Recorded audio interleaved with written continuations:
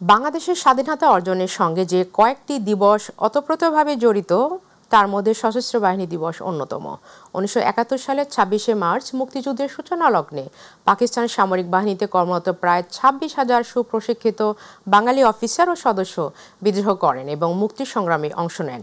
এর মধ্যে পাকিস্তান সেনাবাহিনীর ইস্ট বেঙ্গল রেজিমেন্টের প্রথমে 5টি ও পরবর্তীতে নবপ্রতিষ্ঠিত আরও 3টি ব্যাটালিয়ন সেনাবাহিনীর পক্ষ থেকে মহান মুক্তিযুদ্ধে অংশগ্রহণ করে। আরও জানাচ্ছেন আতিকুর রহমান তিতাস।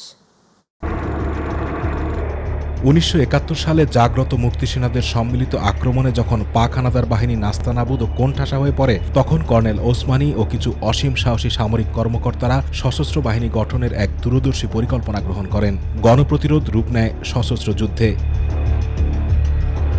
যুদ্ধের চূড়ান্ত ক্ষণে গেরিলা যুদ্ধের পাশাপাশি কনভেনশনাল বা প্রথাগত যুদ্ধ শুরু করার জন্য 1971 সালের 21 নভেম্বর সেনাবাহিনী, নৌবাহিনী ও বিমান বাহিনী সম্মিলিতভাবে জল, স্থল ও আকাশপথে পাকিস্তানি হানাদার বাহিনীর বিরুদ্ধে সশস্ত্র এক সমর যুদ্ধের নবসূচনা করে। 1971 সালের 25 মার্চ সেই ভয়াল কালো রাতে যখন পাকিস্তানি হায়নারা নৃশংস হত্যাযজ্ঞ শুরু করে, ঠিক তখনই বিদ্রোহ ঘোষণা করে ইস্ট বেঙ্গল রেজিমেন্টের 5টি unit, east Pakistan rifles, police, Ansar ও মুজাহিদের বাঙালি সদস্যরা। যুদ্ধ ঘোষণা করেন সেনা, নৌ ও বিমান বাহিনীর কর্মকর্তা সহ বাঙালি মুক্তিকামী হাজার হাজার কৃষক, শ্রমিক, ছাত্র, যুবক। মুক্তির সংগ্রাম রূপ নেয় সশস্ত্র সংগ্রামে। 1971 সালের 17 এপ্রিল মুজিবনগর সরকার গঠিত হয়। মুক্তিযুদ্ধ লাভ করে একটি সুসজ্জিত রূপ। পেশাদার সামরিক কর্মকর্তারা 11টি সেক্টরে বিভক্ত হয়ে যুদ্ধ পরিচালনা করতে থাকে। 11টি সেক্টরের দায়িত্ব দেওয়া হয় এক একজন সুপ্রশিক্ষিত পেশাদার সামরিক কর্মকর্তাকে। গঠিত হয় জেড ফোর্স, এস ফোর্স ও কে ফোর্স নামক 3টি নিয়মিত ব্রিগেড। দীর্ঘ 8 মাস প্রতিরোধের পর 21 নভেম্বর চূড়ান্তভাবে স্থল, নৌ ও আকাশপথে শুরু হয় ত্রিমুখী আক্রমণ। এই আক্রমণে পাকিস্তানি হানাদার বাহিনী জলে, স্থলে ও অন্তরিক্ষে পর্যদস্ত হতে থাকে। ক্রমশই পশ্চাৎপসরণে যেতে থাকে পরাজিত বাহিনী। এরই ধারাবাহিকতায় 3 ডিসেম্বর মিত্রবাহিনী, সশস্ত্র বাহিনী ও মুক্তিকামী জনতার চূড়ান্ত আক্রমণে পর্যদস্ত ও দিশাহারা হয়ে পড়া বর্বর পাকিস্তান হানাদার বাহিনী অবশেষে 1971 সালের 16 ডিসেম্বর পাকিস্তান বাহিনীর আত্মসমর্পণের মধ্য দিয়ে অর্জিত হয় বাঙালি মুক্তিকামী জনতার বিজয়। স্বাধীন হয় প্রিয় মাতৃভূমি, জন্ম হয় বাংলাদেশ নামের একটি দেশের। স্বাধীনতার পর 1972 সালের এপ্রিলে বাংলাদেশ প্রতিরক্ষা বাহিনী সদর দপ্তর অবলুপ্ত হয় এবং প্রতিরক্ষা মন্ত্রণালয়ের অধীনে গঠিত হয় 3 বাহিনীর জন্য পৃথক পৃথক সদর দপ্তর। বাংলাদেশের সশস্ত্র বাহিনী এখন একটি সুসজ্জিত, সুদক্ষ বাহিনী হিসেবে সারা বিশ্বের কাছে সমাদৃত। শুধু স্বাধীনতা যুদ্ধ নয়, সশস্ত্র বাহিনীর সদস্যরা বাংলাদেশের স্বাধীনতা ও সার্বভৌমত্বের অতন্ত্র প্রহরী। শুধু দেশেই নয়, বিদেশের মাটিতে আমাদের সশস্ত্র বাহিনীর কর্মকাণ্ড সমানভাবে সমাদৃত, যার প্রশংসায় পঞ্চমুখ জাতিসংঘ। জাতিসংঘের শান্তিরক্ষী মিশনে Sierra Leone, Liberia, Ivory Coast, Congo, Haiti, Lebanon, Somalia সহ বিভিন্ন দেশে বাঙালি সশস্ত্র বাহিনী শান্তিরক্ষার পাশাপাশি ওইসব দেশের আর্থিক ও সামাজিক উন্নয়নে সক্রিয়ভাবে অংশগ্রহণ এবং অসহায় মানুষের পুনর্বাসনে সার্বিক সহযোগিতা করে যাচ্ছে। আতিকুর রহমান তিতাস, মাই টিভি। সশস্ত্র বাহিনী দিবস উপলক্ষে সেনাকুঞ্জের সংবর্ধনা অনুষ্ঠানে যোগ দেবেন বিএনপি চেয়ারপারসন ও সাবেক প্রধানমন্ত্রী বেগম খালেদা জিয়া। বিকাল 3:30টায় গুলশানের বাসা থেকে তিনি সেনাকুঞ্জের উদ্দেশ্যে রওনা হবেন।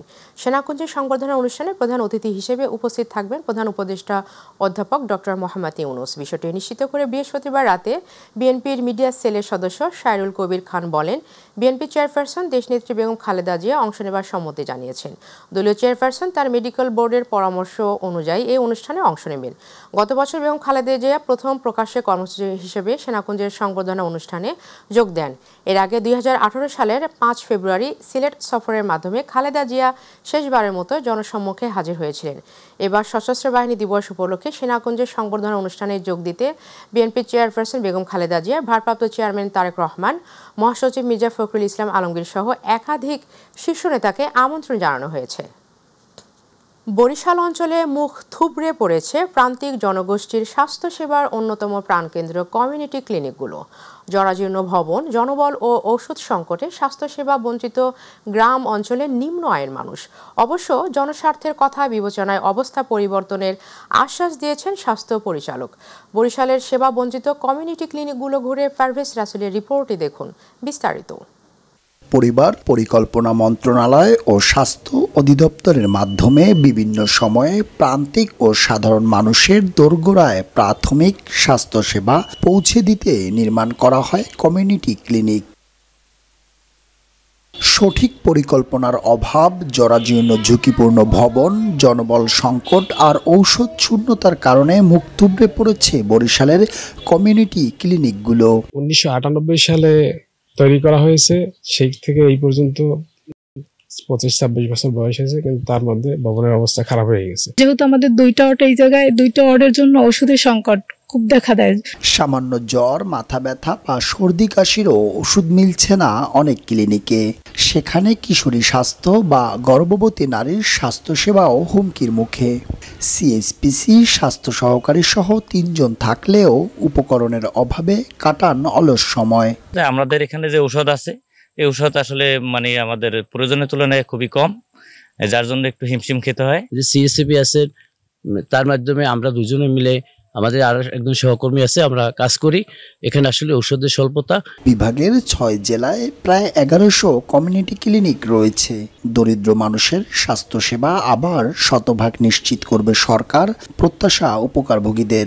ক্লিনিকটা যেন সুন্দর করে করতে পারে, করিয়ে দেয় সরকার। বিল্ডিং ফাটা রয়েছে, ওইটা যেন সুন্দরভাবে উঠে যেতে চাই, এটা যেন ভালো করে সরকার। পট পরিবর্তনে কার্যক্রমে খানিকটা স্থবিরতার কথা স্বীকার করে আবার স্বাস্থ্যসেবা চালুর আশ্বাস দেন স্বাস্থ্য পরিচালক। কার্যক্রমটা একটু হইলেও স্থবির ছিল, নতুন করে কার্যক্রম শুরু হয়েছে এবং ইতিমধ্যে কিন্তু ম্যাক্সিমামগুলো জায়গায় ওষুধ পৌঁছে গেছে। আরও কিছু কার্যক্রম নতুন করে শুরু হওয়ার পরিকল্পনা আছে, সেগুলো মন্ত্রণালয়ের অনুমোদন সাপেক্ষে পরবর্তীতে কার্যক্রম শুরু হবে। একটা সময়ে গ্রামীণ জনপদ মানুষের প্রাথমিক স্বাস্থ্যসেবায় ভরসাস্থল ছিল কমিউনিটি ক্লিনিকগুলো। জরাজীর্ণ ভবন আর ওষুধ স্বল্পতায় এই সেবা এখন হুমকির মুখে। কমিউনিটি ক্লিনিকগুলোকে আবার স্বাস্থ্যসেবায় ফিরিয়ে আনতে সরকার নেবে দ্রুত পদক্ষেপ, এ প্রত্যাশাই আমাদের সবার। পারভেজ রাসেল, মাই টিভি, বরিশাল। টাঙ্গাইলে ভয়াবহভাবে বেড়েছে সাপের উপদ্রব। ঘরবাড়ি, মাঠঘাট, ডোবানালা সব জায়গায় দেখা মিলেছে বিভিন্ন প্রজাতির সাপের। মাত্র 10 মাসে সর্পদংশনে আক্রান্ত হয়েছেন 1200-র বেশি মানুষ, মারা গেছেন 4 জন। অ্যান্টিভেনমের সংকট আর চিকিৎসা সেবার ঘাটতিতে বাড়ছে মানুষের উদ্বেগ। প্রতিনিধি মোশাররফ হোসেনের রিপোর্ট, জানাচ্ছেন শামস তাবরিজ উচ্ছ্বাস। টাঙ্গাইলের সর্বত্রই এখন সাপের আতঙ্ক। বাসাবাড়ি, কৃষিজমি, বনের পাশের গ্রাম, কোথাও নেই সাপের ভয়মুক্ত এলাকা। হঠাৎ করেই বেড়েছে সর্পদংশনের ঘটনাও। জেলার 12টি উপজেলার মধ্যে পাহাড়ি অঞ্চল মধুপুর, সখীপুর, ঘাটাইল ও মির্জাপুরে সাপের উপদ্রব সবচেয়ে বেশি।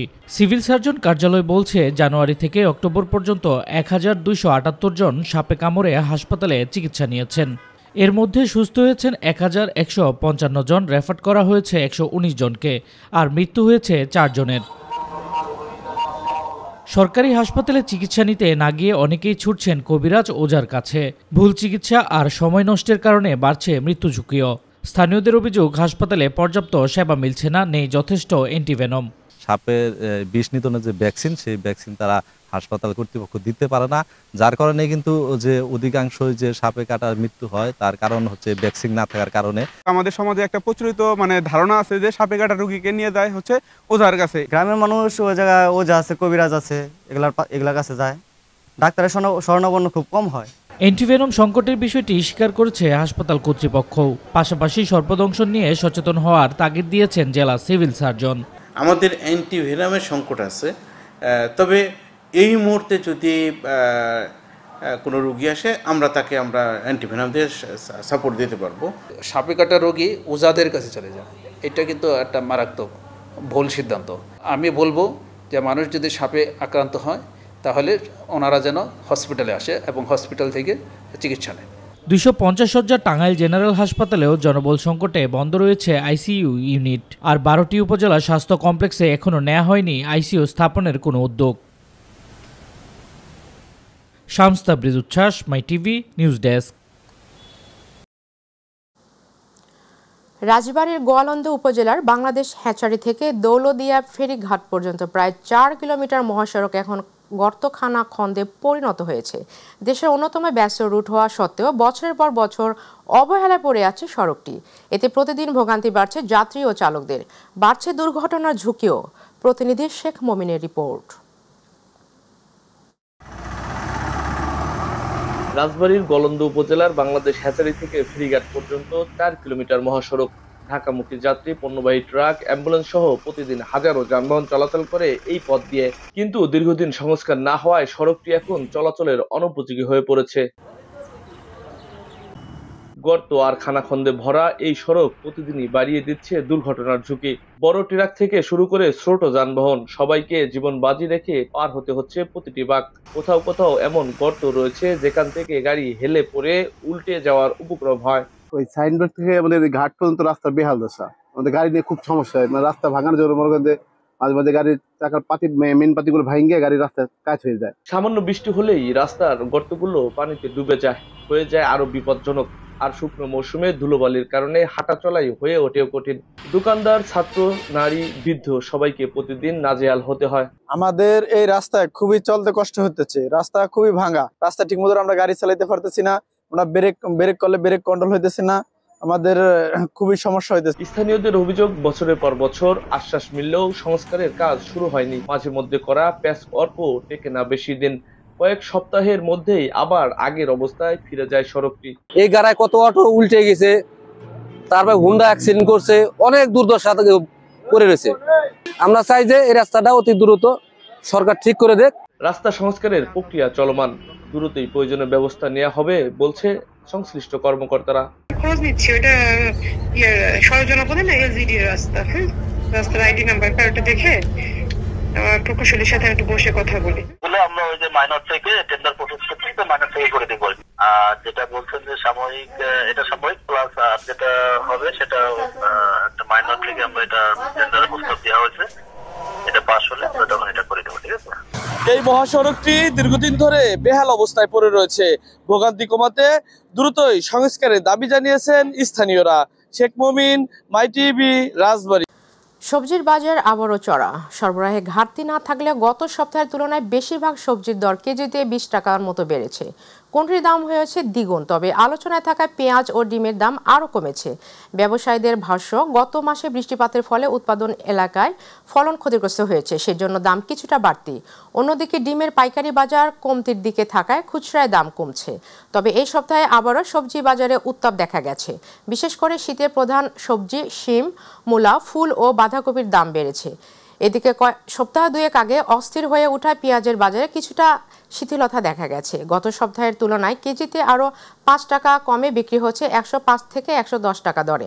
বাজারে দেশি রসুনের কেজি 100 থেকে 140 টাকা এবং আমদানি করা রসুনের কেজি 160 থেকে 200 টাকা দরে বিক্রি হচ্ছে। আর মানভেদে আদা কিনতে কেজিতে খরচ হবে 150 থেকে 200 টাকা। এছাড়া আগের মতোই স্বাভাবিক দেখা গেছে চাল, ডাল, তেল ও চিনির বাজার। দর্শক, কিছুক্ষণ আগে ভূমিকম্প অনুভূত হয়েছে। ভূমিকম্পের সর্বশেষ খবর জানতে আমরা যুক্ত হব আমাদের সহকর্মী মিফতা গালিবের সঙ্গে। গালিব, বাইরের পরিস্থিতি কেমন দেখছেন আমাদের জানান।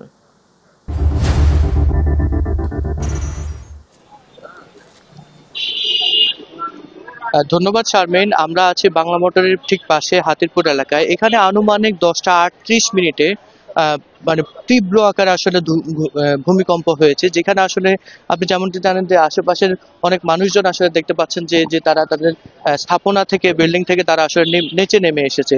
নিচে নেমে তারা আসলে এই ভূমিকম্পের যে প্রকট যে দর্শক, ভূমিকম্পের কারণে যান্ত্রিক ত্রুটির পর আমরা আবার যুক্ত হচ্ছি আপনাদের সঙ্গে। এবার গ্রাম বাংলার খবর।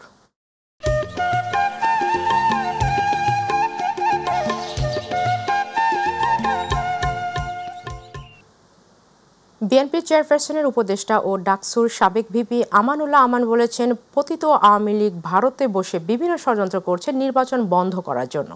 ঢাকা শহরে 2-4টি গাড়িতে আগুন দিয়ে নাশকতা করে ককটেল ফাটিয়ে নির্বাচন বন্ধ করতে চায়, কিন্তু যথাসময়ে নির্বাচন অনুষ্ঠিত হবে এবং নির্বাচন বন্ধ বা বানচাল করার ক্ষমতা কারও নেই। গতকাল ঢাকার কেরানীগঞ্জের রহিতপুরে মরহুম আফাজউদ্দিন মেম্বার স্মৃতি ফুটবল টুর্নামেন্টের ফাইনাল খেলা উদ্বোধন শেষে আয়োজিত এক সমাবেশে প্রধান অতিথির বক্তব্যে তিনি এসব কথা বলেন। কেরানীগঞ্জ মডেল থানা বিএনপির সহসভাপতি হাজী রুহুল আলমের সভাপতিত্বে এ সময় উপস্থিত ছিলেন রহিতপুর ইউনিয়ন বিএনপির সভাপতি আব্দুল মালেক, সিনিয়র সহসভাপতি কামাল মাহমুদ সহ অনেকে।